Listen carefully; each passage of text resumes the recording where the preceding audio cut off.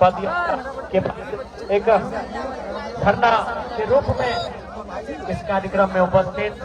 सबसे पहले उन तमाम साथियों का जिन्होंने डुमरी अनुमंडल डुमरी प्रखंड के विनोद बिहारी महतो चौक से लेकर रांची राजधानी विधानसभा के ठीक सामने इस प्रांगण में 180 से लगभग 200 किलोमीटर की यात्रा तय करके आए, जिनके पांवों में छाले पड़े, जिनके नाखून, जिनके पांवों से खून की धाराएं बहें, जिन्होंने अपने ठंड के महीने में आज इस कड़कड़ाती ठंड में जिनके माथे से बदन से पसीना बहा, उन तमाम साथियों को, उन तमाम भाइयों को, उन तमाम बहनों को जो पदयात्रा के माध्यम से इस राजधानी तक पहुंचे हैं, उनको हृदय जल से आभार, अभिनंदन। निसंदेह आपने बहुत ही कष्टकारी यात्रा का अनुभव किया और मैं उम्मीद करता हूं कि आपने पिछले 6 दिनों से जिस पद यात्रा के माध्यम से राजधानी तक चलने का काम किया है, आपकी वो पीड़ा, उन छात्रों की पीड़ा जो आपके ही घर के छात्र हैं,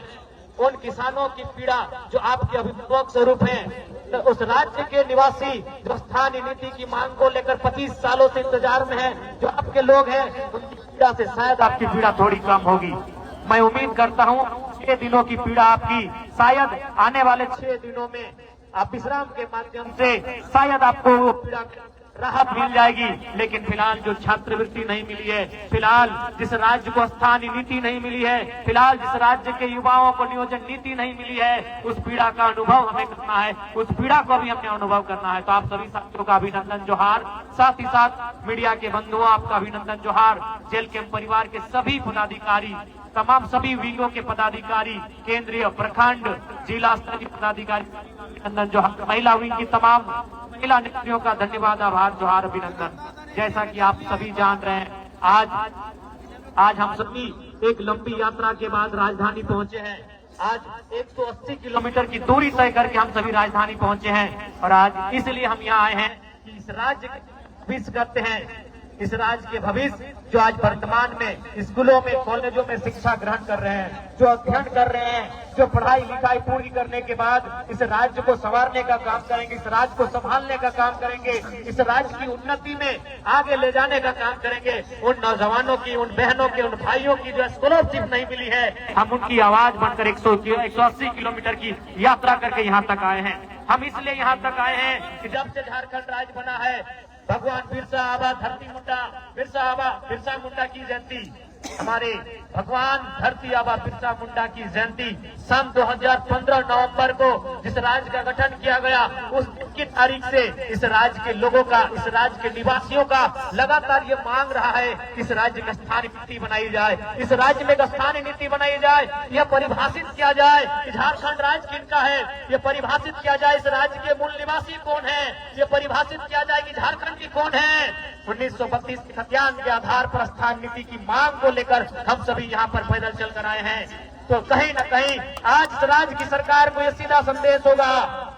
राज्य की सरकार को हमारा सीधा संदेश होगा कि आप समय रहते नीतियों का निर्धारण करें, आप समय रहते छात्रवृत्ति का भुगतान करें। आज सोचना चाहिए, माननीय मुख्यमंत्री को सोचना चाहिए कि राज्य की जनता ने कितनी उम्मीदों के साथ आपको सरकार में लाने का काम किया। राज्य की जनता ने आपको 2 बार पूर्ण बहुमत से सरकार में लाने का काम किया, लेकिन आप भूल गए अपना वो वादा जो आपने चुनाव से पहले कहा था कि हमारी सरकार बनते ही हम 1932 के खतियान के आधार पर स्थानीय नीति लागू करेंगे। तो आज झारखंड का हर एक आवाम, झारखंड का गांव, झारखंड का किसान, झारखंड का नौजवान, झारखंड की माएं, झारखंड की बहनें, झारखंड का छात्र, हर एक व्यक्ति यही पूछ रहा है कि 1932 के आधार पर स्थानीय नीति कहाँ है, खतियान के आधार पर स्थानीय नीति कहाँ है, झारखंडियों की स्थानीय नीति कहाँ है। और वही सवाल आज झारखंड लोकतांत्रिक क्रांतिकारी मोर्चा भी आपसे पूछ रहा है। इस सवाल का उत्तर आपको देना होगा माननीय मुख्यमंत्री महोदय, इस सवाल के उत्तर से आपको भागना नहीं है, इस सवाल का आपको उत्तर देना है। नहीं तो याद रखिएगा, राजनीति किसी की बपोती नहीं होती है। आज आपका है तो कल इस राज्य की जनता ये डिसाइड करेगी इस राज्य की दिशा किनके हाथों में देना है, इस राज्य की राजगद्दी को किनके हाथों में देना है। आज बड़ी दुर्भाग्य की बात है, आज जहां हम लोग धरना दिए हैं, ठीक इसके बगल में हमारे दिव्यांग भाई बहन लोग धरना दिए हैं। ये कितना चिंता का बात है। आज यहीं से हम देख रहे हैं, आज भले उस विधानसभा के सदस्य हम हैं, भले विधानसभा के बाहर आप देख सकते हैं, यहीं से जगमग विधायकों का आवाज दिख रहा है। आज कहीं न कहीं हमारा देश और हमारा राज्य भी विरोधाभास का राज्य बनता जा रहा है। आज हमारा झारखंड विरोधाभास का राज्य बनता जा रहा है। एक और जहां हमारे माननीय विधायकों को 4 करोड़ 32 लाख का आवास दिया गया है रहने के लिए, आलीशान महल आलीशान बंगले दिए गए हैं रहने के लिए, मंत्रियों को 6 करोड़ का आवास 6 करोड़ का महल दिया गया है रहने के लिए, और उसी राज्य में जो अपंग है, जो अपाहिज है, जिन्हें हम दिव्यांग नाम दिया गया है, जिन्हें दिव्यांग कहा जाता है, जिनका हाथ नहीं है, जिनके पांव नहीं है, जिनकी आंख सलामत नहीं है, जिनके शरीर का कोई ना कोई अंग सलामत नहीं है, आज वे लोग पेंशन पाने के लिए आंदोलन करते हैं। आज कई महीनों से उनका पेंशन बंद पड़ा है, तो सोच सकते हैं आज झारखंड की दिशा को किस ओर आप लेके जा रहे हैं। इसलिए आज इस कार्यक्रम के माध्यम से राज्य की सरकार को सीधा चेतावनी होगा, राज्य की सरकार को सीधा संदेश होगा कि आप अगर हमारी जो मांगे हैं, जिन मांगों को लेकर हमारे संगठन के पूरे टीम के साथ ही डुमरी से रांची चलकर आए, अगर उन मांगों की पूर्ति नहीं की जाती है तो यह पद यात्रा है। पद यात्रा के बाद हम लोग एक नई यात्रा, एक नए कार्यक्रम की रूपरेखा तैयार करेंगे और झारखंड सरकार को ईंट से ईंट बजाने का काम करेंगे। इस बात को भी सरकार याद रख ले, इस बात को भी सरकार को याद रखना होगा कि आज, और यह तो आपको अनुभव करना होगा। आप कहते हैं आप और जयपुरा राज्य आंदोलनकारी के सुपुत्र है, लेकिन कैसा आपका परवरिश हुआ है, आप कैसा आंदोलनकारियों का सम्मान करते हैं कि आज आंदोलनकारी के राज्य में आंदोलनकारियों की स्थिति कहाँ है। आज आपने 10,000 सहायक आचार्य की नियुक्ति दी, मैं पुनः उसके लिए आपको बधाई दूंगा। मैं पुनः आपके साथ साथ उन 10,000 सहायक आचार्य को भी बधाई दूंगा। लेकिन सवाल ये होगा मुख्यमंत्री महोदय, आपने ये तो झारखंड की जनता को बता दिया कि आपने नौकरियां दी, लेकिन क्या आप बताएंगे कि ठेकेदारी जिनको दे रहे हैं, जो 50 करोड़ का, 100 करोड़ का, 200 करोड़ का, 500 करोड़ का, 1000 करोड़ का टेंडर जो निकल रहा है, वो टेंडर आप किसको दे रहे हैं, ये भी राज्य की जनता को बताना। आज एक उपायुक्त के बगल में, उपायुक्त के पीछे, डीसी के पीछे, डीसी के आगे, डीसी के दाएं, डीसी के बाएं जो व्यक्ति खड़ा होता है, जो काम करता है, वो आउटसोर्सिंग के माध्यम से आता है। ये भी आपको बताना होगा कि झारखंड की कितनी आउटसोर्सिंग एजेंसियां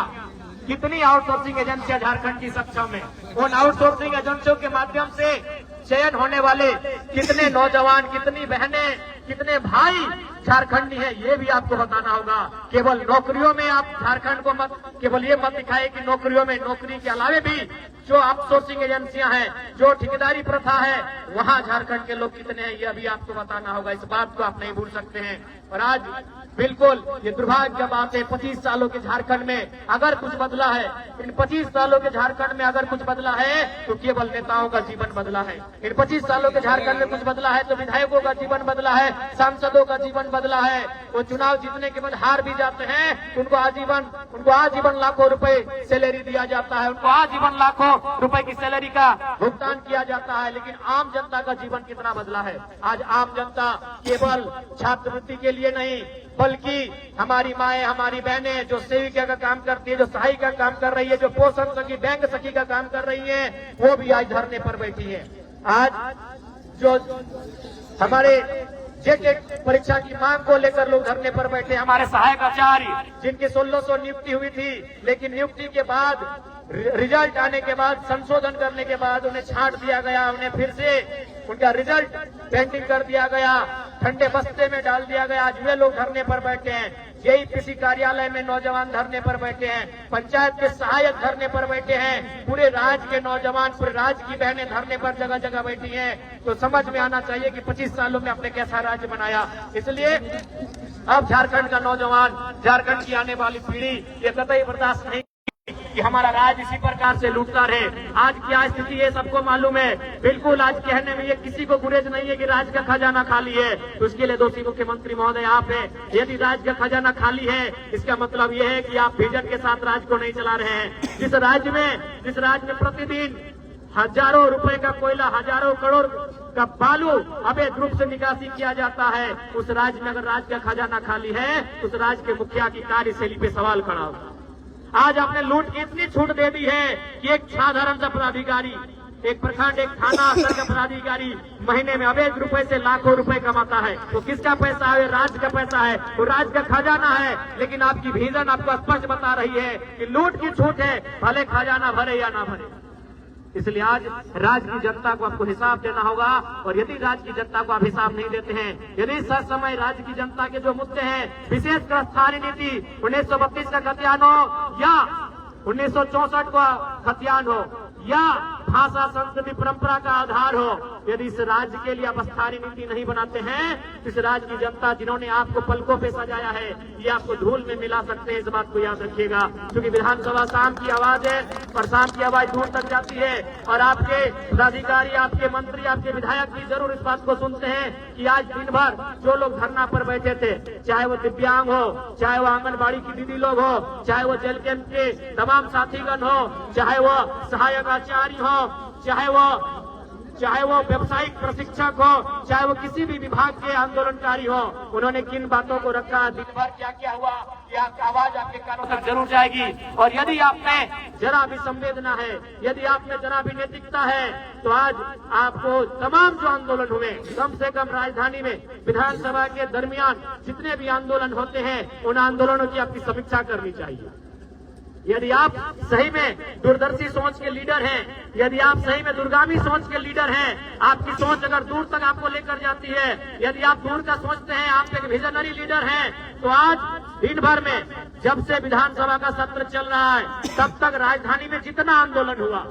चाहे आंदोलन करने वाले किसी भी राजनीतिक दल के हैं, उनके मुद्दे क्या थे, और उन मुद्दों, उन मांगों की अगर आप समीक्षा करते हैं, तभी आप अपने आप को एक बेहतर लीडर कहिए। और यदि आप उन मुद्दों को, उन मांगों को यह कहकर अनसुना कर देते हैं कि आपके पास 56 सीटों की सरकार है, तो आप विजनरी लीडर नहीं है, आप अहंकारी लीडर हैं। आपको अभिमान है, आपको दर्प है, आपको घुमान है कि आप 56 सीटों के साथ सरकार में है। ऐसे में आप अपने आप को अभिमानी लीडर कह सकते हैं, विजनरी लीडर नहीं कर सकते हैं। तो यदि आप विजनरी लीडर हैं, तो आज जितने भी आंदोलन, जितने भी धरने हुए यहाँ पर, उन आंदोलनों की समीक्षा करें, उन आंदोलनों का रिपोर्ट मांगे और उसको बैठक करें और इन समस्याओं का, इन मुद्दों का निराकरण करने का प्रयास करें। ये मैं माननीय मुख्यमंत्री महोदय से कहना चाहूंगा। और मैं आंदोलनकारी साथियों से कहना चाहूंगा, क्योंकि आज जब तक मैं सदन में था, माननीय मुख्यमंत्री नहीं आए थे, उनके दल के विधायकों से बात हुई है। हमारे महामहिम के जो राजभवन, अभी उन्हें लोक भवन का नाम दे दिया गया है, राजभवन अब लोक भवन बन गया है, तो वहां भी बात हुई है। वो आंदोलनकारियों की प्रतिनिधि मंडल टीम से मिलेंगे, उनमें 5-7 सदस्य टीम जो भी है, आप लोग पद यात्रा करके, विशेषकर जो डुमरी से रांची तक आए हैं, आप लोग चयन कर लेंगे। वह अपनी मांगों को लेकर आप क्यों पद यात्रा किए हैं, उस पद यात्रा को उन्होंने भी वॉच किया है, राजभवन ने भी, और वो आपसे मिलेंगे। हमारी उनसे बातचीत हो गई है, लेकिन पत्र चलेगा जो भी पद यात्रा करके, विशेषकर जो 180 किलोमीटर चले हैं, उन्हीं में से 5 या 7 प्रतिनिधि मंडल का चयन किया जाए और वह मुख्यमंत्री से भी मिलेंगे और महामहिम राज्यपाल से भी मिलेंगे और मिलकर हमारी जो समस्याएं हैं, उन समस्याओं से उनको अवगत करेंगे और निराकरण करने की दिशा में वो कार्य करेंगे। ये उनसे हम अपील करेंगे। क्योंकि रात्रि का समय है, हमारी माताएं बहनें भी काफी दूर दराज से आई हैं। सबसे पहले मैं पुनः आपके इस हौसले को, ठंड है, बिल्कुल रांची के ठंड बाकी जिलों की ठंड की तुलना में ज्यादा है, उसके बाद भी आपने इस ठंड की परवाह न करते हुए इस राज्य के भविष्य के लिए, इस राज्य की स्थानीय नीति के लिए, इस राज्य के पढ़ने वाले स्टूडेंट की स्कॉलरशिप के लिए, इस राज्य के तमाम ऐसे लोग जो आज सिस्टम से प्रताड़ित है, सिस्टम से हतोत्साहित है, सिस्टम से परेशान है, उनकी आवाज बनने के लिए आपने 180 किलोमीटर की जो यात्रा की, यह यात्रा झारखंड के इतिहास में, झारखंड के आंदोलनों के इतिहास में स्वर्णिम अक्षरों में लिखा जाएगा। इस यात्रा में सम्मिलित होने वाले तमाम बहादुर सिपाहियों का, झारखंड लोकतांत्रिक क्रांतिकारी मोर्चा के तमाम बहादुर सिपाहियों का, तमाम बहादुर बहनों का मैं तहे दिल से इस्तेमाल करता हूँ, अभिनंदन करता हूँ, आभार करता हूँ। और मैं पूर्ण आशा करता हूँ कि आज जेल कैंप एक ऐसा दल है जो दल नहीं, एक परिवार है। और यह परिवार, हम मानते हैं कि किसी परिवार में इस प्रकार परिवार का हिस्सा होता है, अगर 2-4 बर्तन होते हैं तो आपस में टकराते हैं। क्योंकि इतनी बड़ी यात्रा करके आप आए, तो जाहिर सी बात है थोड़ी सी परेशानी, थोड़ी सी आपके अंदर मनोभाव में परिवर्तन हुआ होगा, लेकिन मुझे पूर्ण आशा है उन बातों को, उन विषयों को भुलाकर हम लोग नए सिरे से इसी प्रकार से आंदोलन की धार को, झारखंड राज्य की स्थानीय नीति की मांग को, नियोजन नीति की मांग को, स्टूडेंट की स्कॉलरशिप की मांग को, तमाम जो प्रतियोगिता की परीक्षाएं हैं उसमें कैलेंडर जारी करने की मांग को, और तमाम चाहे वो दिव्यांग हो, वृद्धा हो, विधवा हो, उनकी पेंशन की मांग हो, चाहे सेविका हो, सहायिका हो, चाहे सखी हो, उनके मानदेय की वृद्धि की मांग हो, चाहे कोई भी विभागीय कर्मचारी हो, उनके वेतन की मांग हो, उनकी मांग को लेकर हम लोग आगे भी चरणबद्ध तरीके से आंदोलन करेंगे। यही प्रण के साथ हम लोग यहाँ से जाएंगे। हम आपसे यही अपेक्षा करेंगे, चूंकि लड़ाई लंबी है, आप इस बात को भी याद रखिएगा। मानते हैं आपने एक लंबी यात्रा तय की, 180 किलोमीटर की, आपने 6 दिनों का समय तय किया है। आपने मानसिक रूप से, शारीरिक रूप से अपने आप को बहुत ही कष्ट दिया है, लेकिन इस कष्ट का परिणाम जरूर आएगा। क्योंकि माताओं बहनों से, नौजवानों से ये अपील करूंगा, ये अनुरोध करूंगा, क्योंकि समय का अभाव है, ज्यादा समय नहीं लेंगे। पुनः आज छठा दिन इस यात्रा का, और हम पुनः जो हमारी मांग रही थी, जेलकेम का जो उद्देश्य रहा है झारखंड, आज स्थानीय नीति की जब हम लोग बात करते थे, जब हम लोग 1932 खतियान की बात करते थे, तो इसी राज्य में बहुत सारे लोग हमारा उपवास उड़ाते थे। विशेषकर जो अन्य राज्यों से वे लोग हमारा उपवास उड़ाते थे, खासकर हमारे पड़ोसी राज्य बिहार से जो लोग यहाँ रहते हैं वो उपवास उड़ाते थे। लेकिन आज वो देख सकते हैं, बिहार राज्य में भी वहाँ के नौजवान में डोमिसाइल पॉलिसी की मांग करने लगे हैं। आज तेजस्वी जी विपक्ष में बैठे हैं, लेकिन जब चुनाव का प्रचार चल रहा था और जब वो जनता से वादा कर रहे थे हम सरकार में आएंगे, तो उनकी डोमिसाइल पॉलिसी लागू करने की बात कर रहे थे। इसलिए यदि कोई बिहार किसी भी राज्य के लोगों ने, जब हम लोगों को उपहास किया था कि ये किस खतियान की बात कर रहे हैं, ये किस नियोजित नीति की बात कर रहे हैं, ये किस स्थानीय नीति की बात कर रहे हैं, तो आप भी आकलन कर लें, आप भी अपने आप में झांके। अब आपका राज्य भी डोमिसाइल पॉलिसी की बात कर रहा है, स्थानीय नीति की बात कर रहा है। क्योंकि जैसे हमारे राज्य में अन्य राज्यों के अभ्यर्थियों का, अन्य राज्य के अधिकारियों का दबदबा बढ़ा है, सच है बिहार में भी उत्तर प्रदेश समेत कई राज्य हैं जिनका दबदबा बढ़ा है, और आज बिहार खुलकर उनका विरोध करने लगा है। बिल्कुल यही समस्या हर एक राज्य की है। आप केंद्र की नौकरियों के माध्यम से किसी राज्य में आए, किसी की नहीं है। आप बीएसएफ के रूप में, आप सीआईएसएफ के रूप में, आप तमाम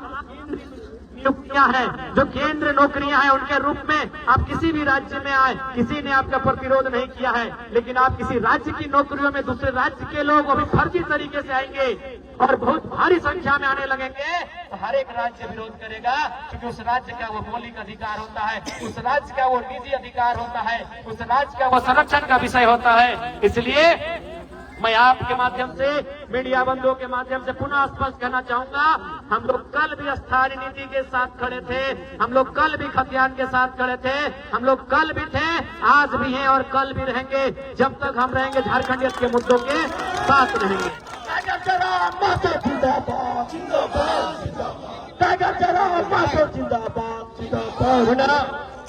आज के इस कार्यक्रम में विशेषकर